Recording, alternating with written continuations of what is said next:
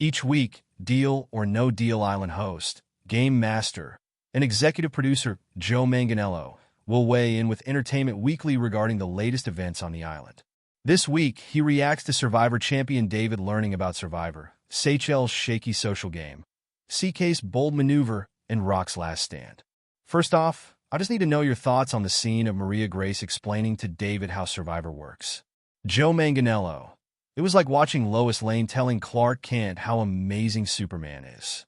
It was a perfect example of the voyeuristic power and allure of reality television. The audience and David are in on a secret that no one else knows, and that puts the audience closer to the story unfolding than the rest of the players. Now, on the other hand, it's also a great example of Parvati's superior social game and preparation. She came to play and did her research, and was the only one who recognized David, and she deftly used it to her advantage in forming a very powerful alliance with him. You know you're playing a super aggressive game if even someone like Parvati is taken aback by it. So what do you make of CK walking over in front of everyone and telling Parvati and Philip whom to use the split on?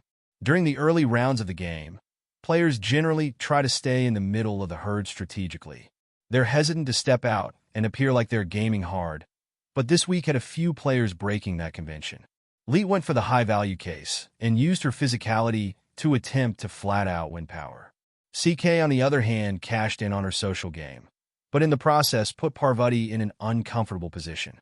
CK may have won power for that round, but it came with a price. She ruffled the feathers of a very serious competitor, and in this season, where we made a concerted effort to force the guests into uncomfortable situations that could come back to bite her in the ass.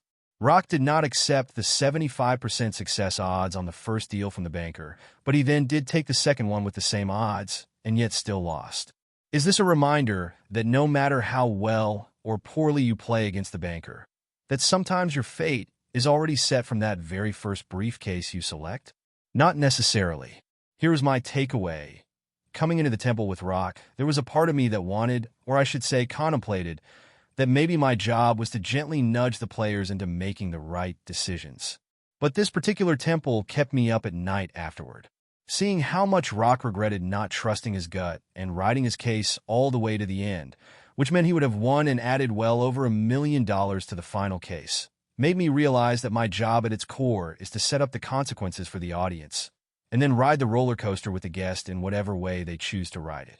Oh, don't get me wrong, I'm absolutely going to judge their actions and the outcomes of their decisions along the way, but no one wants to watch a blackjack table strictly play by the rules. The contestants reveal who they are by the way they play against the banker, and I'm there to fully encourage it in my own subtle way. This is 2 times already where I get the sense HL was going to be picked to go home had Luke and Rock beaten the banker. Does she need to work on her social game out there in terms of making connections to protect her from that happening again? Yes. But then again, maybe it's 2 weeks of women wielding power. First Sydney and then Parvati, who didn't want to send David home. It's not that anyone is targeting Seychelles. It's just that part of David's game is being attractive to women, and it is absolutely protecting him in this game. It would have been very telling had Rock won. Would he have sent David home? We'll never know.